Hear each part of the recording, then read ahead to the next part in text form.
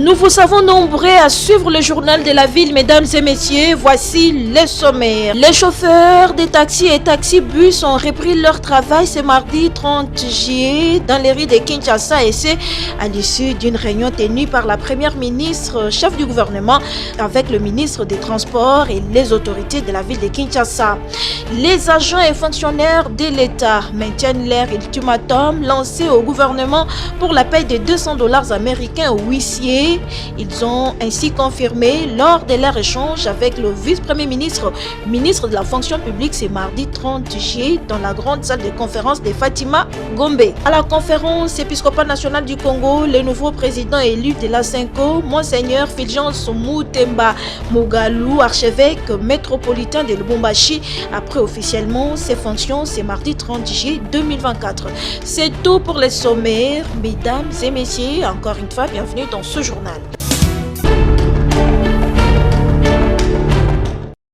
Les chauffeurs de taxis et taxi-bus ont levé leur grève décrétée le lundi 29 juillet 2024 à Kinshasa suite à la réunion tenue par la première ministre chef du gouvernement Judith Suminwa le lundi 29 juillet à son cabinet de travail. Réunion à laquelle le ministre des Transports et les autorités de la ville de Kinshasa ont pris part. Daniel Bumba, gouverneur de la ville de Kinshasa, rassure l'opinion. Il était question de brosser la situation, comme cela s'est relevé ce matin, par cette grève que nous qualifions sauvage, parce qu'il n'y a pas eu un préavis, alors que nous avons un cadre de concertation au niveau de la ville, où le gouverneur entretient des relations directes avec les opérateurs privés et vont dans les secteurs de transport urbain.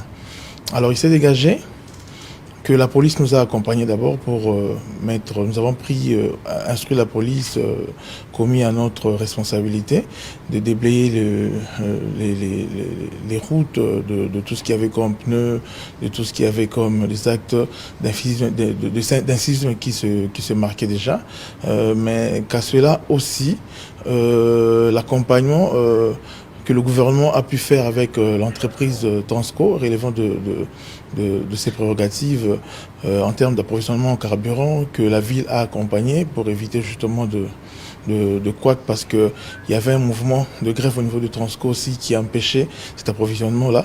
Et nous assurons que le cadre de concertation va continuer, parce que c'est là où que nous débattons sur les questions essentielles.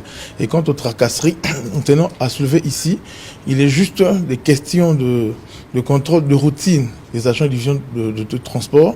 Et d'ailleurs, cette mission-là ne concerne que, alors que la pratique de affichage des itinéraires pour éviter les demi-terrains et affichage aussi de prix. Alors de ce contrôle-là, alors il s'est avéré qu'il y a eu une petite incompréhension auprès des chauffeurs, mais le cadre est mis en place pour que nous puissions poursuivre des arrangements afin que tout rentre à la normale. Et concernant la grève des agents de la Société des transports du Congo Transco, le gouvernement prend les choses en main. 2 mois de leur salaire seront payés ainsi que l'approvisionnement des carburants.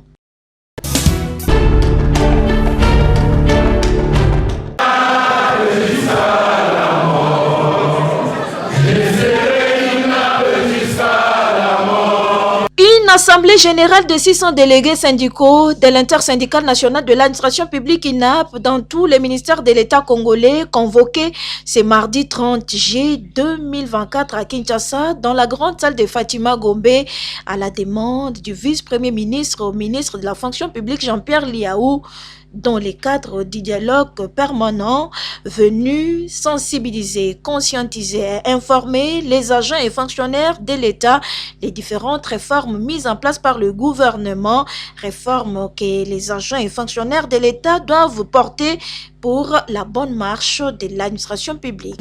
Le président de la République a émis le vœu, à travers sa vision, de mettre à la disposition de notre pays une administration publique qui soit à la hauteur de la grandeur de notre pays, à la hauteur des enjeux. Nous avons lancé une série de réformes, c'est connu, cadre juridique, cadres organiques, pour notamment rationaliser les recrutements, essayer de relancer, de fluidifier la retraite, d'asseoir une sécurité sociale digne de ce nom. Et toutes ces réformes nécessitent une discipline. Nous avons réformé plus de 15 règlements d'administration. Le plus important, le plus urgent était le règlement relatif à la discipline. Qui dit discipline dit aussi les heures de service. Des réformes saluées par l'intersyndicale nationale de l'administration publique dirigée par Kiyangi Matangila qui, à l'occasion, a tenu à rappeler au vice-premier ministre, ministre de la fonction publique, la situation politique salariale des agents et fonctionnaires de l'État et l'ultimatum lancé au gouvernement pour la paye de $200 américains aux huissiers. Vous avez vu la présence du vice-premier ministre qui est venu confirmer ce que nous avons dit aux amis. Nous avons obtenu, nous nous sommes mis d'accord avec le gouvernement que les fonctionnaires travailleront pendant 40 heures la semaine, 5 jours, c'est-à-dire de lundi à vendredi, et 8 heures de travail par jour. Le travail des fonctionnaires devra prendre fin à 16 heures. Et ils travailleront de lundi à vendredi, pendant 40 heures la semaine. L'ultimatum demeure. Notre ultimatum attend notre rencontre avec la première ministre. De ce qui va sortir, si les agents sont satisfaits, nous allons quand même tenir cette assemblée-là pour leur dire ce que nous avons obtenu. C'est bien qui finit bien, c'est dans un climat serein que s'est clôturé ce dialogue permanent entre les VPM et l'INAP.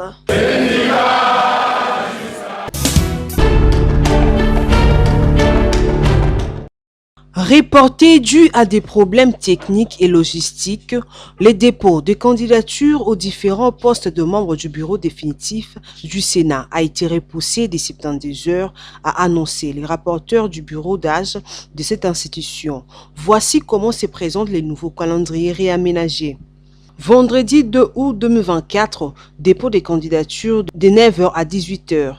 Samedi 3 août 2024, examen des candidatures par la commission ad hoc et affichage de la liste provisoire des candidats retenus. Lundi 5 août 2024, examen de recours par la commission ad hoc et affichage de la liste définitive de candidats retenus. Mardi 6 août 2024, séance plénière d'audition de messages de campagne électorale. Mercredi 7 août 2024, séance plénière pour l'élection et l'installation du bureau définitif du Sénat. Ces reports surviennent alors que le Sénat s'apprête à renouveler son nouveau bureau pour mieux répondre aux défis institutionnels et législatifs du pays. Les dépôts des candidatures désormais fixés au 2 août marquent le début d'un processus crucial qui aboutira à l'installation d'un bureau définitif le 7 août. Les observateurs suivent de près ces élections qui sont essentiellement pour garantir la stabilité et l'efficacité du travail législatif en République démocratique du Congo. La commission ad hoc chargée de l'examen des candidatures et des recours joue un rôle central pour assurer la transparence et l'équité du processus électoral. De son côté, les partis présidentiels Union pour la démocratie et le progrès social UDPS et ses alliés vont postuler pour 3 postes au sein du bureau définitif de cette haute chambre du Parlement, à savoir le poste de président du bureau, questeur et du rapporteur adjoint. Les publics et les acteurs politiques sont invités à suivre attentivement ces calendriers pour participer et s'informer sur les déroulements des différentes étapes jusqu'à l'élection finale du nouveau bureau sénatorial.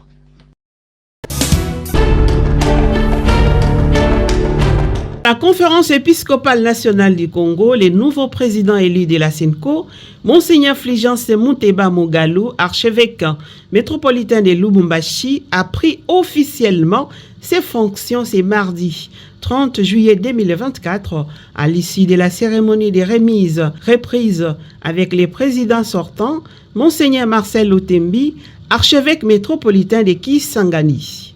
La cérémonie a commencé par une prière dite par les présidents sortants, suivie de son allocution dans laquelle il a commencé par souhaiter la bienvenue au nouveau président ainsi qu'à ses collaborateurs. Par la suite, il a rappelé les contenus de son discours de clôture lors de l'Assemblée plénière de juin 2024. Je vous souhaite une cordiale bienvenue dans ce bureau officielle du président de la SENCO. Cette séance de travail intervient un mois après l'élection des nouveaux responsables des structures de la SENCO. Permettez-moi aussi de réitérer mes vives félicitations pour la confiance que les archevêques et évêques membres de la SENCO ont placée en votre personne en vous élisant président de la SENCO pour un premier mandat de 4 années. En outre, voudriez-vous transmettre au moment opportun mes chaleureuses félicitations à vos collaborateurs élus le même jour comme premier vice-président et deuxième vice-président de la SENCO. Quant à moi, en tant que président sortant de la SENCO, je vous rassure tous de ma proximité spirituelle et fraternelle. Pour le bien de notre chère conférence épiscopale et de l'Église Famille de Dieu en RD Congo, vous pouvez toujours compter sur ma disponibilité en cas de besoin pour toute intervention opportune en termes d'information, de conseils ou de contributions. Il a également remis au nouveau président les divers dossiers concernant la SENCO ainsi que les institutions affiliées à la SENCO. Après les huis clos, s'en est suivi la signature de la passation des pouvoirs entre les présidents entrants et sortants de la SENCO. Félicitations, félicitations. Fructueux mandat. Merci. À l'union de prière. Merci. Merci bien.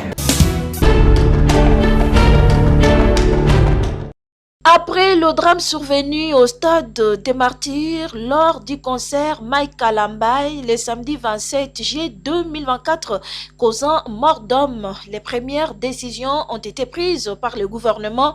Désormais, toutes les activités non sportives sont suspendues au stade des Martyrs et Tata Raphaël. Jacques-May Chabani, vice-premier ministre, ministre de l'Intérieur. Provisoirement, il a été levé l'option de suspendre toute activité non sportive dans le stade des Martyrs et le stade du 20 mai. Sur les enquêtes, je n'en ai pas parlé. Tous les services étaient là, ils nous ont fait un rapport verbal sur la situation qui va nous permettre à nous aussi de faire rapport à l'autorité. Mais tous ont été mis à disposition de l'enquête ouverte depuis hier et nous pouvons vous rassurer que nous allons suivre tout cela de très près avec le ministre d'État à la Justice et Garde des Sceaux pour que dans un délai le plus bref, les responsabilités tant pénales que civiles soient établies et que justice soit faite. Nous avons pour première responsabilité de sécuriser nos populations. Donc nous ne pouvons pas arriver à comprendre et à considérer que des organisations festives s'organisent aussi longtemps que les vies humaines, les vies de nos concitoyens, de nos populations, de nos enfants soient mises en danger. Donc pour préserver tous ces risques, provisoirement nous suspendons toutes ces activités. Il va falloir que les mécènes et les artistes puissent aussi réfléchir sur d'autres lieux, des lieux plus sécurisés, en attendant, s'ils ont l'ambition d'organiser, c'est vrai que c'est les vacances, c'est vrai que nos enfants ont besoin de se divertir, mais en ce qui concerne ces deux lieux qui, d'après certains rapports, sont des lieux à risque pour de telles activités, cela est suspendu et ça sera respecté. Le ministre de la Justice est là et il va suivre de très près.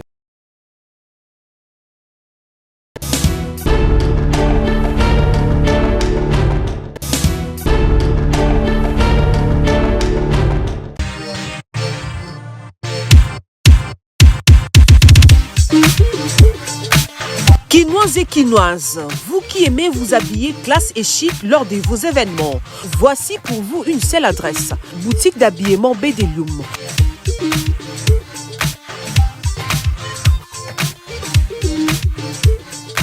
Avec ses plus de 20 ans d'expérience dans les domaines vestimentaires, vous trouverez chez Bedelium des vêtements et collections de haute gamme à un prix très abordable nulle part ailleurs.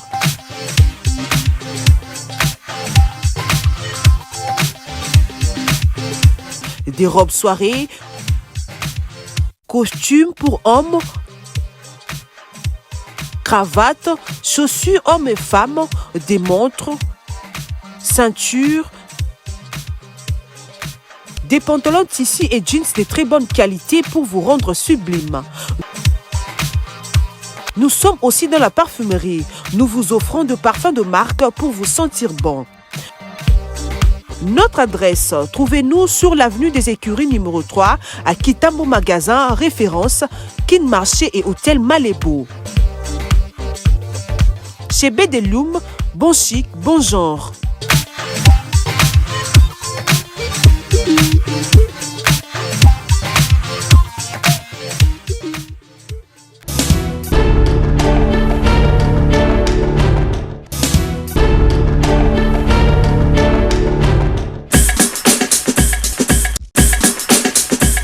Nous sommes arrivés à la fin de ce journal de la ville, mesdames et messieurs.